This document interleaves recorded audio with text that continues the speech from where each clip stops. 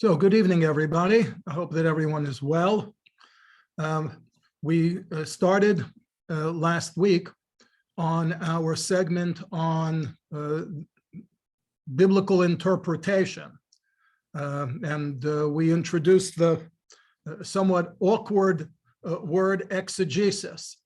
I once tried to explain to somebody why the term exegesis doesn't apply to Christians who convert to Judaism. It's just simply an anglicization of a Greek word that means interpretation. And therefore, perhaps it might even just be better if we use the Hebrew word Parshanut. So last week, we took a global view of biblical interpretation.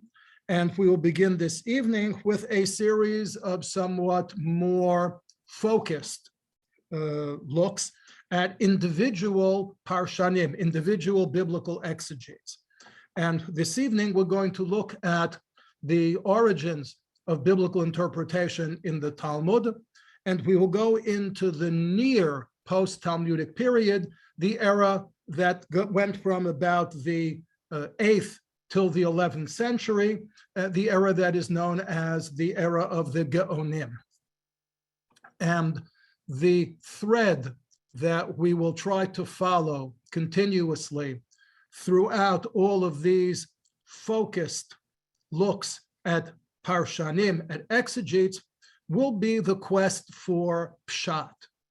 And therefore, the first thing that we're going to do is define the terms. Generally speaking, the history of biblical interpretation can be divided in two, not chronologically, but it can be divided into two thematically.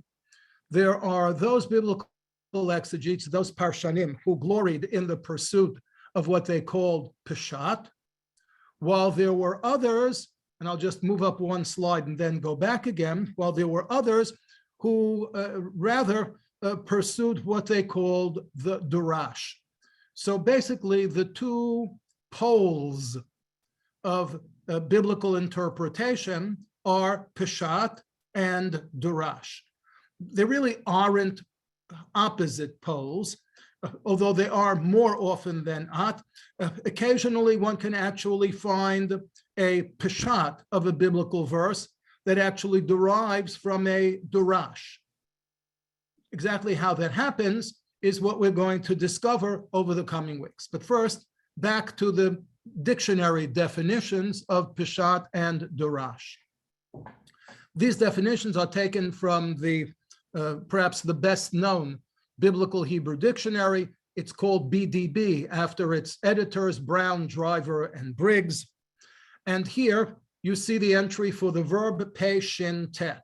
Right? In case you didn't know it was a verb, you can see right following it the letters VB, which is the abbreviation for verb. And it means to strip something off, to remove a covering, or it could mean to make a dash or a raid. And you can see some of the different nuances, right? From stripping something off, you can get the idea of stretching something out, to extending it. Basically, if we tried to apply this to biblical interpretation, the impression that we get, at least on the surface, see, and that's the key word, surface, because if Peshat means to remove something, to remove a covering, then it means to remove the surface. So in essence, it's basically the removal of the surface. The question is, are you removing the surface because that is your objective? In which case, the Peshat of a biblical verse is its superficial meaning, or are you removing the superficial meaning in order to provide a glimpse at something that is more profound? And that, too, as I said, is a question that we will see addressed over the coming weeks. But then again, just to simplify it, Peshat refers to the surface level of a biblical text, that which is visible to the reader. And that is distinct from the Dirash, which, as you see, as a verb, means to resort to seek, right? Or if you look towards the end of the second line, to read repeatedly or to study. And you can see again on the fourth line, NH New Hebrew, it means to search out a meaning or to expound, to interpret, to explain, okay? So if the Peshat relates to the surface meaning of a text, the Dirash clearly refers to a meaning that lies deeper within the text and that has to be uncovered. Okay.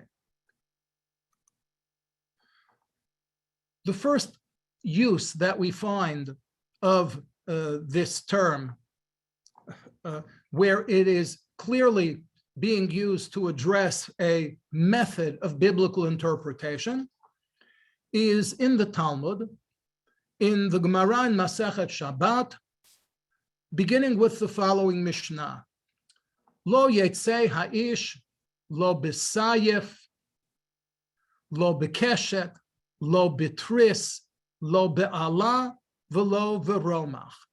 All of those are the names of weapons with which soldiers used to be equipped. And the Mishnah is saying that it is prohibited for somebody to go out on Shabbat carrying one of these weapons. V'im yatsa, and if indeed somebody negligently went out of doors while carrying one of these weapons, chayav chatat, then he has violated, he has transgressed one of the laws of Shabbat, and he has to bring a sacrifice. So clearly the position of the Mishnah is that weapons of war cannot be carried on Shabbat. Okay. However, the Mishnah continues, and Rabbi Eliezer disagrees with the first position in the Mishnah. Rabbi Eliezer says, Tachshitin hein lo. Rabbi Eliezer says it is permissible to carry weapons because the weapons are ornamental. V'chachamim omrim, to which the sages reply somewhat in disdain. And they say to Rabbi Eliezer, what are you talking about? How can weapons of war be ornamental? Einan ela lignai. They're actually shameful. Nehama, and they cite the famous verse that, as you all know, comes from the book of Dag Hammarskjöld Plaza, right? The Isaiah wall. They shall beat their swords into plowshares and their spears into pruning hooks. Nation shall not lift up sword against nation, neither shall they learn war anymore. So clearly, if the swords and the spears have to be recycled into agricultural implements, then say the rabbis, it's clear that they serve no ornamental purpose. And therefore, once they're not going to be used for the military purpose for which they were designed, they serve no purpose whatsoever. This is simply the background to the following passage in the Talmudic discussion of this Mishnah. The Talmud asks, in its typical rhetorical fashion, My Tama de Rabbi Eliezer de Amar Tachshitenemo. Since everybody knows the verse that was cited by the sages, the one that says that weapons of war are shameful, what support does Rabbi Eliezer have for his contrary position, the one that regards weapons as being ornamental? And the Talmud replies by citing a verse in the book of Tehillim, Chagor charbecha al yarech gibor, addressing a gibor, a soldier, a man of war. The book of Tehillim says to him, gird your sword about your waist, hodecha v'hadarecha. It is your pride and joy. So we see that at least one biblical verse, weapons of war are referred to as a pride and joy, or in other words, they could indeed be ornamental. But this interpretation of the verse in Tehillim is troubling to Rabbi Kahana. And Rabbi Kahana takes exception to this reading of the verse in Tehillim And he says to one of his colleagues, Hai b'divrei Torah ketiv. Everybody knows that that verse in Psalms is not meant to be taken literally, as though it were referring to a soldier and to his weapons. Rather, he maintains that everybody knows that that verse is understood figuratively, that the Gibor is not a soldier, but it's a scholar, a Torah sage, and the weapons of a Torah sage are his wits. So how can that serve as a proof text for Rabbi Eliezer when it isn't really talking about an actual sword and an actual soldier? And the answer that Marbre de Rav Huna gives to his colleague is Ein mikra yotzei midei pishuto. No biblical verse can be purged of its literal sense or of its plain meaning. Just to understand the phrase, mikra, as we already know, right, is simply the Mishnaic and Talmudic Hebrew way to refer to the Bible. Remember again that likro in biblical Hebrew and in Mishnaic, in rabbinic Hebrew as well, doesn't mean to sight read. It means to read aloud. And therefore, the quintessential text that would be read aloud would be the text of the Torah. So mikra is a reference to a scriptural text. Now, latzeit yedei is a not uncommon Hebrew expression. You find it most commonly used when somebody wants to know if he has fulfilled a religious obligation. The word for obligation is chova, and to say that you have fulfilled a religious obligation, the expression is latzeit yedei chova. I should add parenthetically that very often amongst young people, or often in circles of people who are somewhat new to the practice, to the rigorous practice of Judaism, you'll hear them say this in an abbreviated fashion.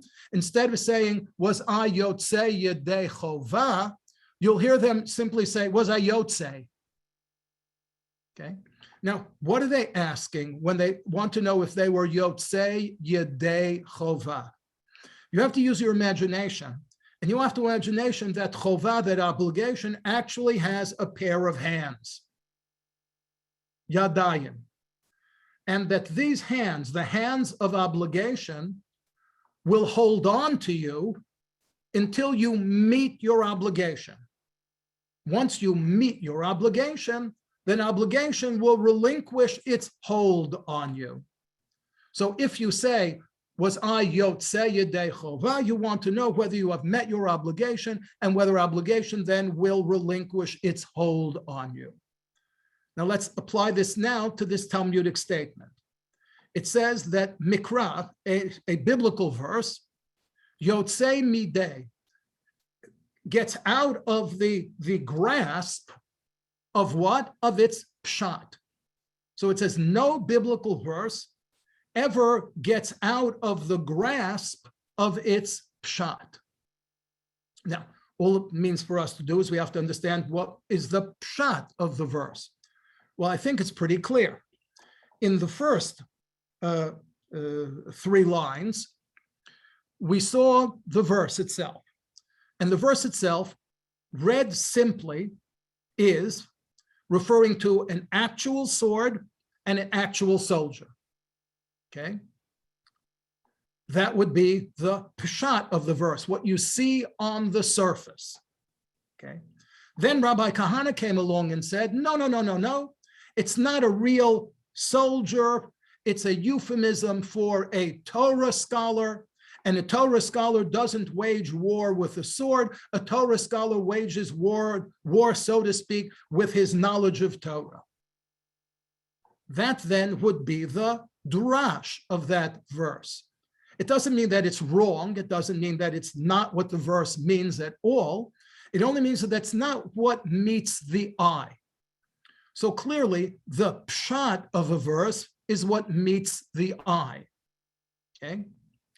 Therefore, what Marbre de Rav Huna is saying when he says "Ein mikra yotzei midei pshuto," is that even if on occasion we will prefer the Dirash, we will prefer to interpret a verse in a manner other than the one that meets the eye, you can never totally dismiss that surface meaning. So as you see, I prefer to translate it as a verse cannot be purged of its plain meaning, or if you wish, of its literal sense. This phrase, Ein mikra yotzei midei pshuto, appears only 3 times in the entire Babylonian Talmud. Does it appear only 3 times because people in the time of the Talmud were really uninterested in biblical interpretation, and therefore it only arose in discussion 3 times? That's a possibility. Another possibility is that it was so well known that it didn't have to be stated. So let me take you into one of the other 2 places in the Talmud where this phrase appears. It appears in the tractate Yevamot, which is a discussion of what in English is called levirate marriage, Levirate. Levirate is simply Latin for a brother-in-law. And the Torah dictates that if a person dies and a married person dies childless, then there is an obligation on the brother of the deceased to marry the widow. And then it says in the 2nd verse, Vaya b'chor asher teled, that the firstborn child of the marriage between the widow and her brother-in-law, Yakum al shem achiv hamet, will rise up, so to speak, in the name of the deceased brother. Why? V'lo yimacheh shemo miYisrael, so that his name is not erased from the Jewish community. So apropos of this verse, the Talmud says as follows. The rabbis learned, Vaya b'chor asher teled yakum al shem achiv hamet. What is the meaning of the verse? That the firstborn child of this marriage shall rise or succeed in the name of the deceased brother. The rabbis say it means linachala. It means that the firstborn child of this marriage becomes the legal heir of the deceased brother. Hold on, says the Talmud. Are you sure that it means in respect of inheritance? Maybe it literally means in respect of the name. After all, the verse says, Yakum al shem achiv hamet. What would that mean? It would mean that if the deceased's name was Joseph, then the child should be named Joseph. If the deceased was named Yochanan, then the child should be named Yochanan. After all, as I said, what meets the eye, so to speak, when I read this verse? The word shem, which ordinarily means someone's name. Therefore, the Talmud has to come up with another interpretation of the word shem, which it does by citing a verse that we read only a couple of weeks ago at the very end of the book of Bereshit. When Jacob gives a blessing to Joseph's 2 oldest sons, Ephraim and Menashe, he says that he will take Ephraim and Menashe into his family, so to speak, and he will treat them just as he treats his other children. However, any other children that Joseph has have to share in the inheritance of their 2 older brothers. And the verse that Jacob uses to describe that situation is, Al shem achehem yikare'u benachalatam. Literally, they will be called after the names of their brothers in matters of inheritance. Therefore, the Talmud says that since in the case of Jacob and Joseph, the word shem is used in reference to inheritance, so it is in reference to the marriage between the widow and the brother-in-law, that when it says that the firstborn child shall bear the name of the deceased, it means that he will be the deceased legal heir.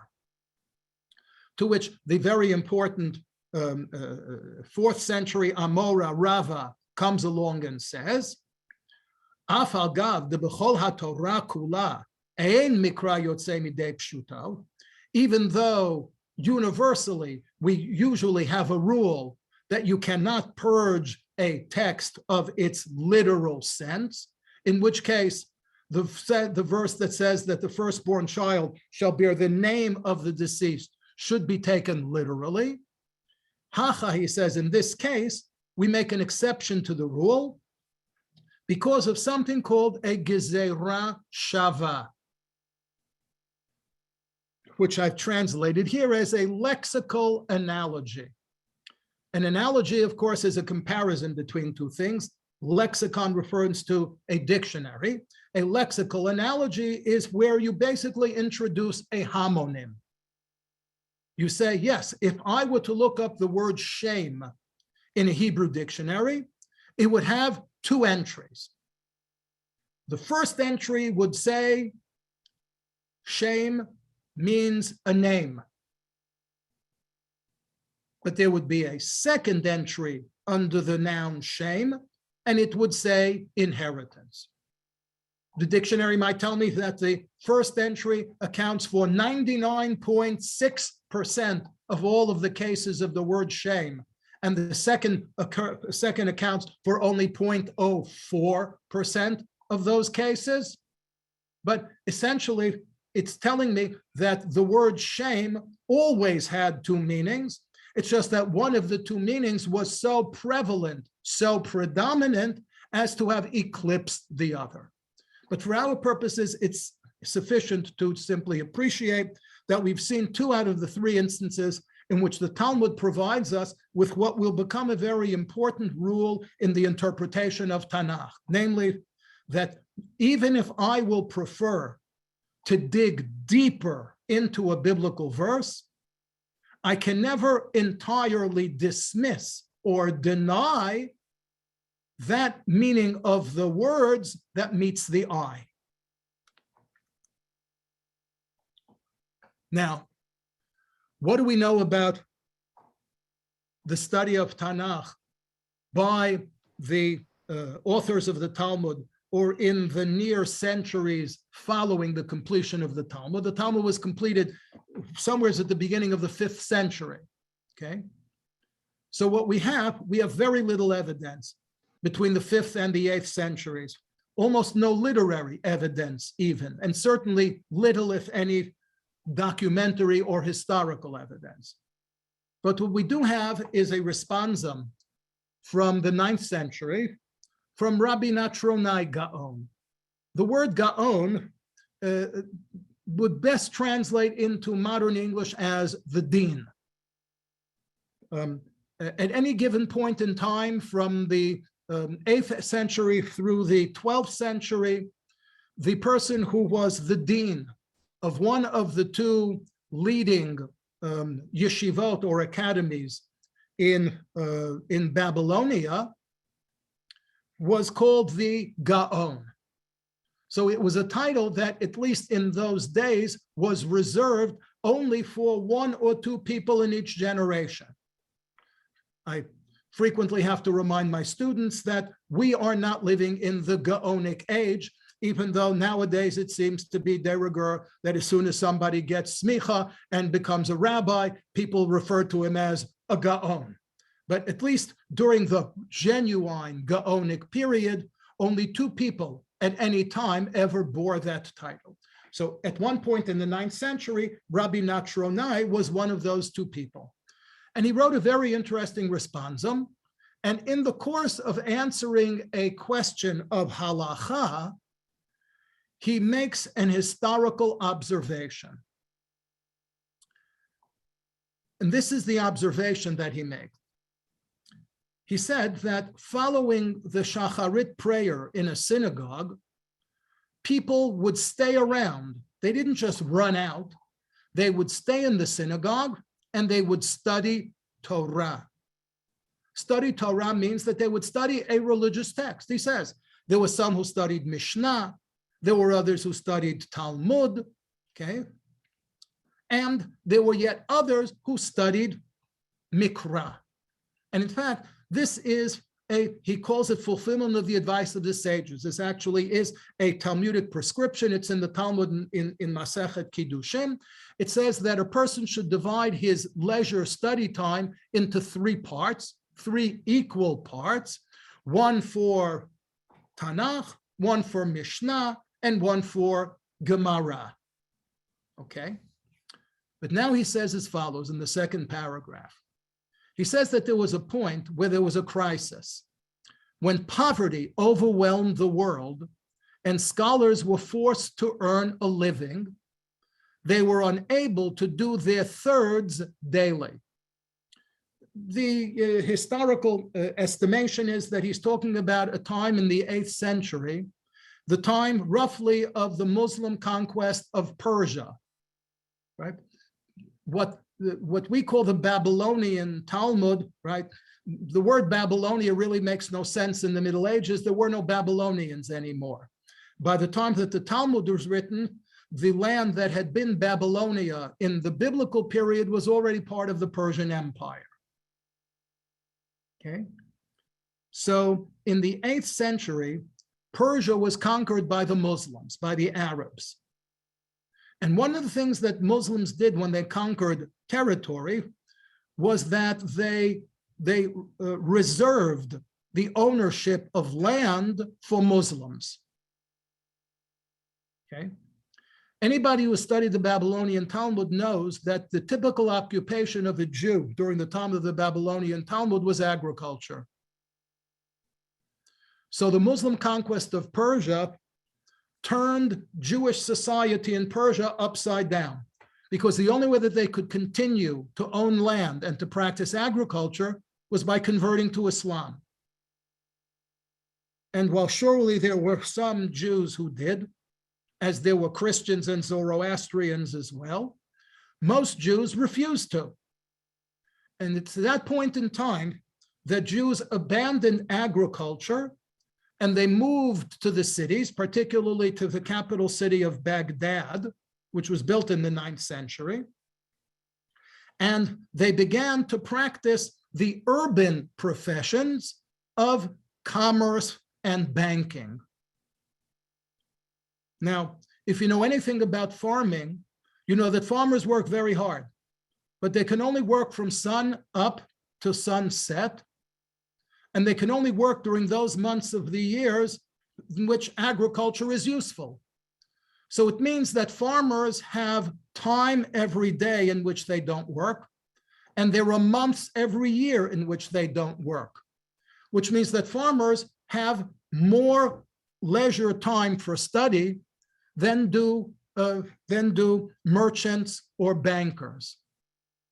Therefore, what Rabbi Natronai is saying is that when Jews were forced off the land and into the cities, and they were forced to earn a living, meaning they'd always earned a living, but now they had to spend more time at it, they didn't have the leisure time to study Mikra, Mishnah, and Gemara. What did they do instead? They decided that they would study the Talmud alone. Why of the three did they choose to study only the Talmud and not study Mikra and Mishnah? Because while in the Tanakh there is neither Mishnah nor Gemara, and while there is some Tanakh in the Mishnah, there's no Gemara in it. In the Gemara, there are elements of both Mikra and Mishnah. So what they did is they took a verse in the book of Kohelet, Kol hanechalim holachem el hayam, all of the rivers flow to the sea, and they said, Tanakh and Mishnah are rivers, the Talmud is a sea, and therefore they will spend their leisure study time on Gemara, on the Talmud.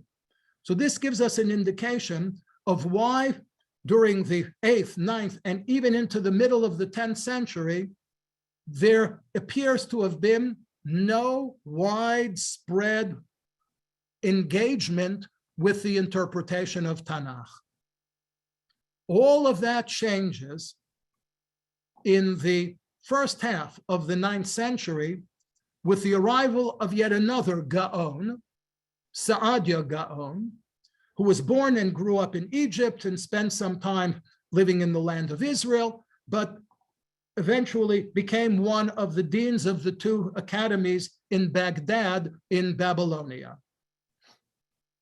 Saadia became the first rabbinic scholar to compile a systematic and methodical commentary on the Bible, paying attention to both its legislative and narrative sections. That's simply to remind us that, of course, there's biblical interpretation in the Mishnah, and of course, there's biblical interpretation in the Talmud, but it is neither systematic nor methodical. Okay.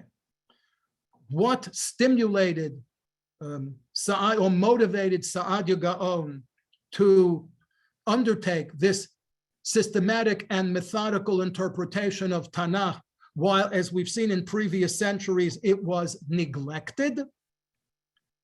There were at least 2 external factors that we are aware of. One is the challenge that was presented to Rabbinic Judaism by Islam, and the other is the challenge that was presented to Rabbinic Judaism by Karaism. What is the challenge that was presented by Islam?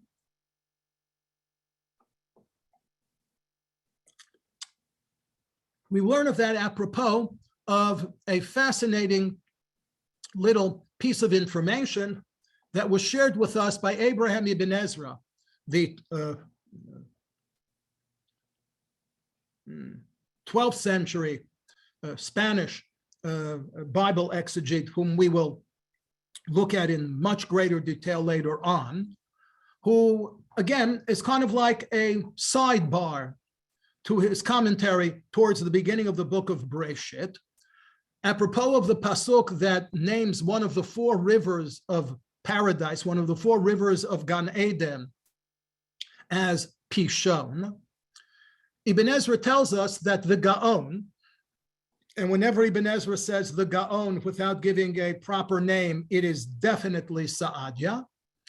He says that Saadia identified the Pishon with the Nile. But he's quick to observe, Ein ra'aya al Pishon shehu hayor.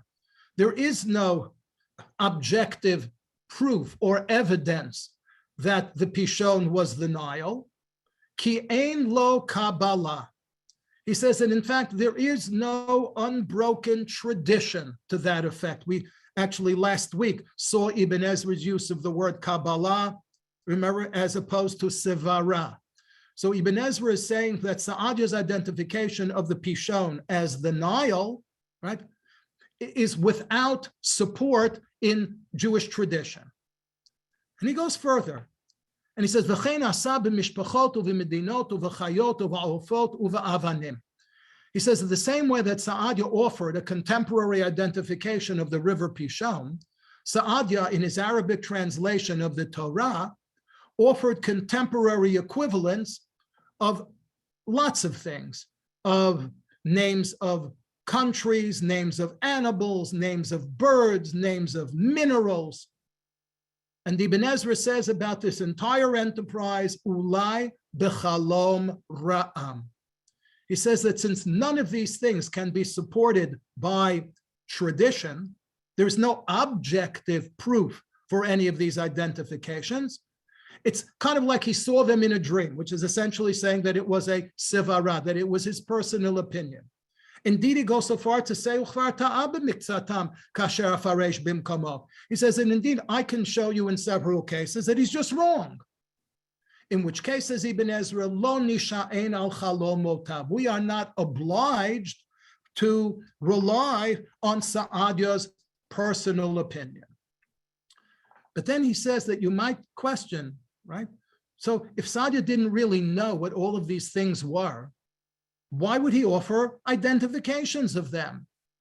Why didn't he do what even modern translations often do, and that is transliterate them? You want to know what the Pishon is? Spell it, P-I-S-H-O-N, and move on.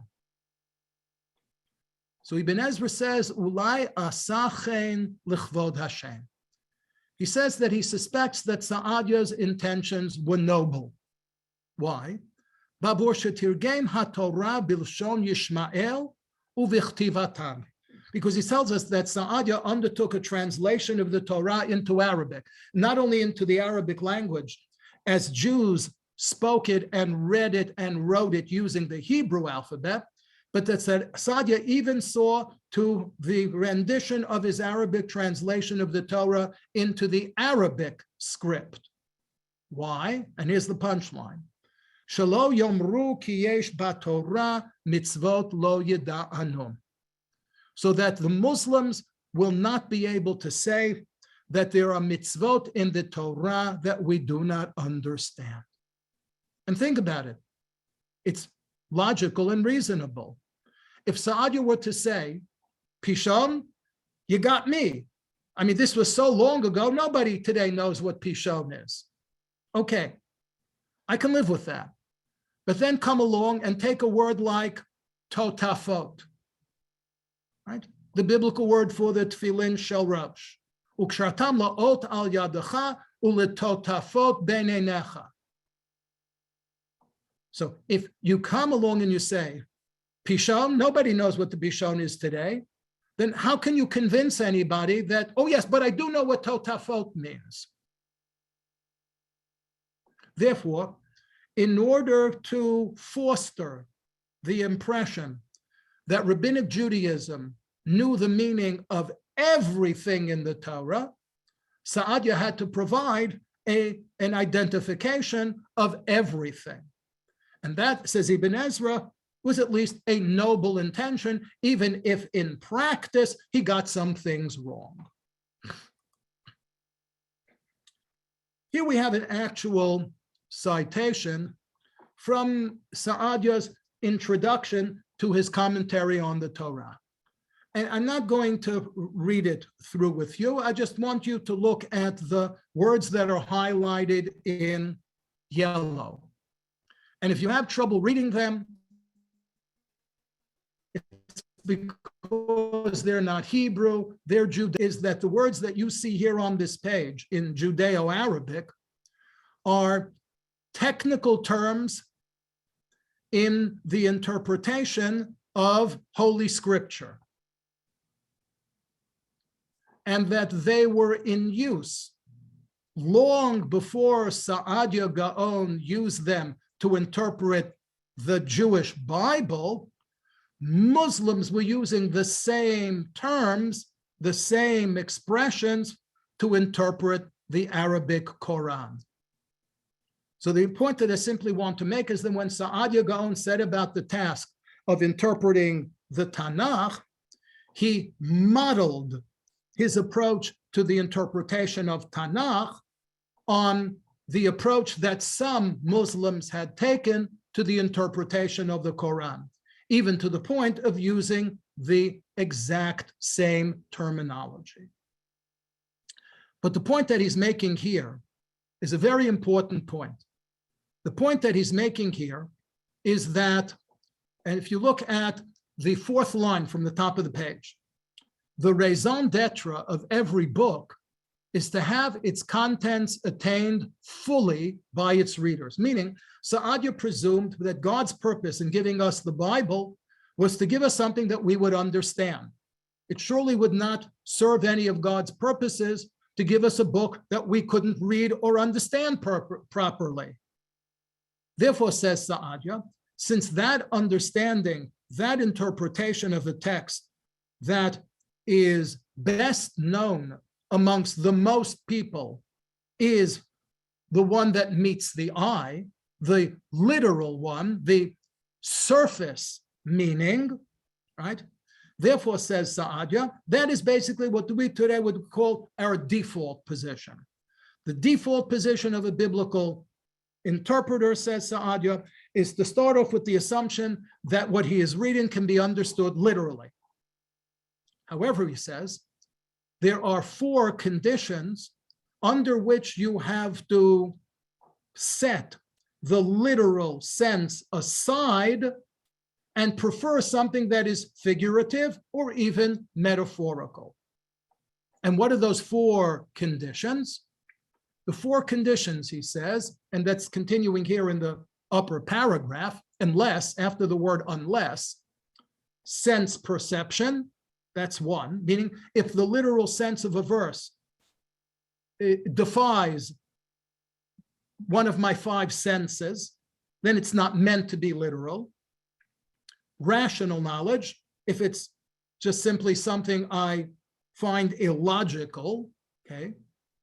Or if the literal sense of two verses are contradictory, one of them can remain literal, but the other cannot. And the fourth condition, he says, is if the literal meaning of a verse contradicts a reliable, by that he means a rabbinic tradition. And here are four examples. Here are four biblical verses. In each of these verses, there is one of those four problems that Saadia anticipated. And here's his discussion of them, but I'd rather go back and do it with you this way.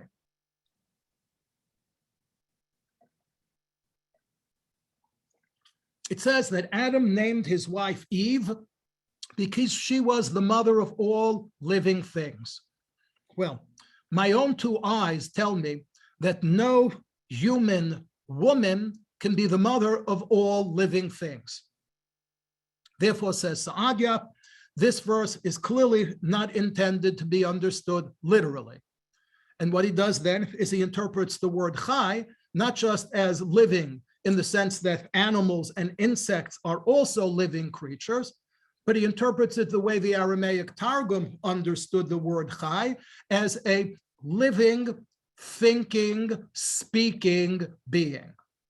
And that is indeed a property that is unique to the female of the human species. Verse number 2 describes God as an all-consuming fire. Now, that is an example of something that is philosophically unacceptable. Why?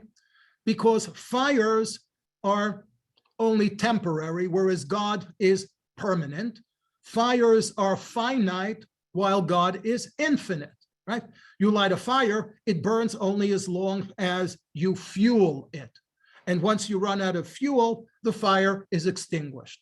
Therefore, here too, it's not that God is an all-consuming fire, but there is an attribute of God, namely his exacting justice or vengeance, which can be compared to an all-consuming fire. The third example is, well, the third example is actually the same. It's actually an alternative to the second one. It's a more narrowly Jewish philosophical position. And that is that God says that his face cannot be seen because a person cannot see him and live to talk about it. Oh, I'm sorry, yes, my mistake, I have to go back. The third verse and the fourth verse go together. On one hand, God says of himself that he cannot be, he is invisible, because if someone were to see him, he would die. And yet the Torah itself tells us that at the theophany, when God revealed himself to Moses and revealed the 10 Commandments to the Jewish people at Mount Sinai, it says that the elders of Israel, Vayir'u et Elohei Yisrael, they saw God. Well, one way or the other. Right? So this is an example of two verses that contradict each other. Either God cannot be seen, or God can be seen. So the way Saadia and other exegetes resolved it is that, of course, the essence of God is invisible, but occasionally God will allow one of his attributes to be seen.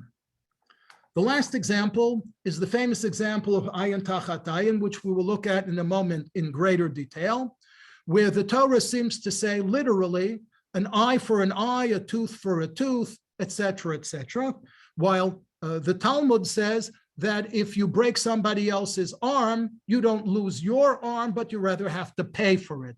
If you knock out somebody's tooth, you don't lose one of your own, but rather you have to pay for it. Therefore, to Saadia, the fact that rabbinic tradition understands this verse in a figurative fashion is proof that this too was not meant to be taken literally. This is just simply his explanations of it, but we've cut through it. Here, as I said, is the example. Just simply you can note it. If you're interested, it's again Ibn Ezra's commentary on the verse that first mentions ayin tachat ayin. And in this verse, Ibn Ezra gives us the transcript of what purports to be a dispute over the meaning of this verse that was held between a certain Karaite and Saadia Gaon. We're not really certain whether this is a dispute that actually transpired historically. We don't even really know whether it was a dispute that Saadia carried on with a Karaite literarily. We're also not even sure who this Karaite was and whether he might in fact have been a figment of Ibn Ezra's literary imagination, because the name that Ibn Ezra gives for him, you can see it in the second bullet point, is Ben Zuta. And what Ben Zuta means is the little guy, right? The one who doesn't amount to anything. So we're not even really certain, as I say, about whether this is the text of a genuine disputation, or whether it's one that Ibn Ezra manufactured on his own. One way or the other, if you look at the last bullet point and to the passage that's highlighted again in yellow, the rule is, says Saadia Gaon, we cannot interpret the Torah's commandments completely without relying upon the sages. Another one of the Gaonim who made very important fundamental contributions to the establishment of Parshanut HaMikra, of biblical exegesis, was one of Saadia's successors in the academy that Saadia headed, the Academy of Surah, and that was a Gaon of the late 10th, early 11th century named Shmuel Bar Chofni. And he, in his introduction to his commentary on the Torah, mentioned several rules. As you can see, the first bullet point refers to something that he calls the third principle. And here we have the seventh principle and the ninth principle, okay? I'd like to look at the ninth one with you briefly. The ninth matter means the principles of biblical interpretation, is that anything that is either indicated by a proof text, clarified by scripture, or established by rational proof should be declared firmly and decisively. Meaning, if you've got biblical evidence for it, okay, or if you can prove it logically, then go with it. However, he says, those interpretations that the sages call midrashot or agadot, whatever speculation produces, or the intellect yields regarding a verse that does not deal with the commandments, then what about that, says Shmuel Bar Chofni? He may embellish and adorn his speech with it, but he should declare it to be merely possible or straightforward. So you see that he begins to draw distinctions between things that I am obliged to accept because they are proven textually or rationally, as opposed to things that are merely speculative. Again, we saw this last week in Ibn Ezra when he drew that dichotomy between Kabbalah and Sivara. We can begin to see here in Saadia Gaon and in Shmuel Bar Chofni where Ibn Ezra might have come to this. And finally, he says this, and this is a rather sharp critique. He says, it is not permissible for us to believe the truth of something when there are proofs that it is false, only because one of the early authorities said it. Meaning, if you come along and tell me that something is so because some rabbi said it, but on the other hand, I can prove to you, either textually or rationally, that that is not true, then the fact that some rabbi may have said it does not compel me to accept it. Rather, he says it's necessary to examine the matter rationally. Something that has proof indicating its necessity, means something that is axiomatic, right? Then we have to accept it because of the compulsion of reason. Whatever has proof of possibility as opposed to axiomatic, it's merely possible, then we will say, okay, it's possible. And whatever is indicated to be impossible, he says, then we have to come out and say, no way. And here's an example of it. His commentary is cited by Rabbi David Kimchi, another one of the principal medieval Parshanim, whom we'll look at later in greater detail. The 20th chapter of the first book of Samuel introduces us to the Witch of Endor. You remember Endora, right, from Bewitched? So that's the origin of her name, the Witch of Endor. And in his commentary, Radak, Rabbi David Kimchi, cites the approach of Rabbi Shmuel ben Chofni. And he quotes him as saying, Afal pi shemashma'ut divrei chachamim zal bagmara, even though it seems that the sages of the Talmud said, Ki emet haya shehechyita ha'isha et Shmuel, even if the rabbis of the Talmud seemed to be inclined to believe that the witch was actually able to conjure up the spirit of Samuel, Rabbi Shmuel ben Chofni said, Lo yukublu hadevarim, we cannot accept such an opinion, b'makom sheyesh makchishim lahem min haseichel, because it contradicts reason. So the lesson of the Talmud and of the initial attempts at biblical exegesis that were undertaken by the Gaonim is that we seek to understand, our default position is to assume that things can be understood literally. And of course, to understand something literally requires a very keen knowledge of the Hebrew language. And that is why we will see the important role that Hebrew grammar and philology play in the interpretation of the Bible. And in addition to the pursuit of Peshat as the visible surface meaning of the text, there is also the deference to reason and to logic. I want only to mention Rashi because we'll move on to Rashi next week very quickly in order to give you something to think about. This is what I want you to think about. This is Rashi's commentary towards the beginning of the book of Breshit. Unlike Saadia Gaon and Shmuel ben Chofni, who wrote lengthy and detailed introductions to their Torah commentaries, Rashi didn't. Rather, strewn here and about throughout Rashi's actual interpretations of Tanakh are some descriptions of his own methodology. And this is the one that has always been regarded by scholars as the most important. It's contained in his commentary on Breshit Perek Gimel Pasuk Chet, in which Rashi says that on the one hand, there are many Agadic midrashim, such as those that have been arranged by the rabbis in Breshit Rabbah and in other midrashic anthologies. On the other hand, there is what Rashi himself plans to do. And what does Rashi say that he plans to do, as opposed to what the rabbis did? You can see. The rabbis used midrash. Rashi says that he's going to focus on pshuto shel mikra. But then Rashi says that he's not dismissing midrash and agadah entirely, but Rashi says that there is a particular type of agadah that he will use in his commentaries.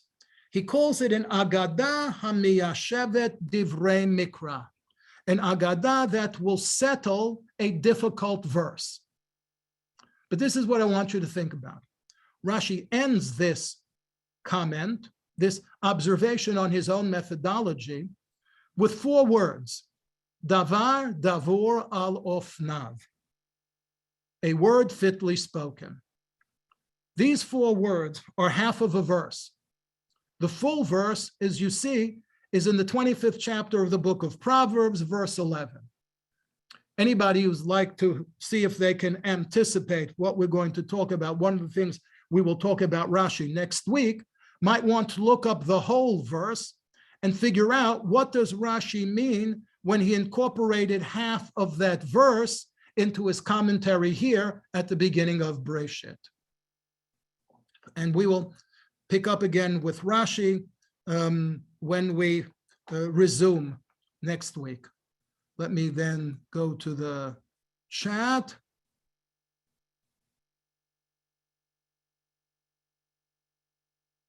If Saadia was doing what Islamic scholars in his time, then Islam was having trouble understanding text earlier in its history than Judaism by many hundreds past. No, 1,000 years before Saadia Gaon, there was no Islam. Saadia was born in 882. Mohammed died in 632. So Islam is not 1,000 years older than Judaism. But everybody has trouble with texts, especially if they believe those texts to be divinely revealed. It's much easier to try to understand a text that was written by a human being if you believe that the human being was uninspired in writing it, because then what you do is what literary critics and scholars have been doing for centuries. You determine what the author's intent was, and guided by the author's intent, you interpret the author's remarks. The problem intensifies when you say that the person who physically wrote the words down on paper was not writing his own words, but was either writing words that were dictated to him by God, or at the very least was writing words that God had inspired him to write. Because then you're not only trying to understand the intentions of a human author, you're, as it were, trying to understand the intentions of a divine author. And you know what the Bible says? God says, Ki lo machshevotai machshevotechem, right? We can't read God's mind, as it were. So while we might be able to figure out a difficult passage in Shakespeare by saying, well, you know, Shakespeare lived in Stratford-on-Avon in England in this time, and we have other things that were written at the same time, so we figure that Shakespeare must have used pretty much the same English that everybody was using in those days. And since Shakespeare was married and married again, and he did this and he did that, so this is a reflection of his knowledge of this, and this is a reflection of his knowledge of that. That's a reasonably, I'm not saying that it's a simple thing to do, right? Or put it the other way. I'm not saying it's an easy thing to do, but it's a simple thing to do. But to take a verse in the Torah and to try to figure out not just what Moses might have meant when he wrote it, but to understand what God meant when he dictated it to Moses, that of course is what makes it complicated, and of course what makes it challenging. And because it's challenging, of course, that's what makes it rewarding.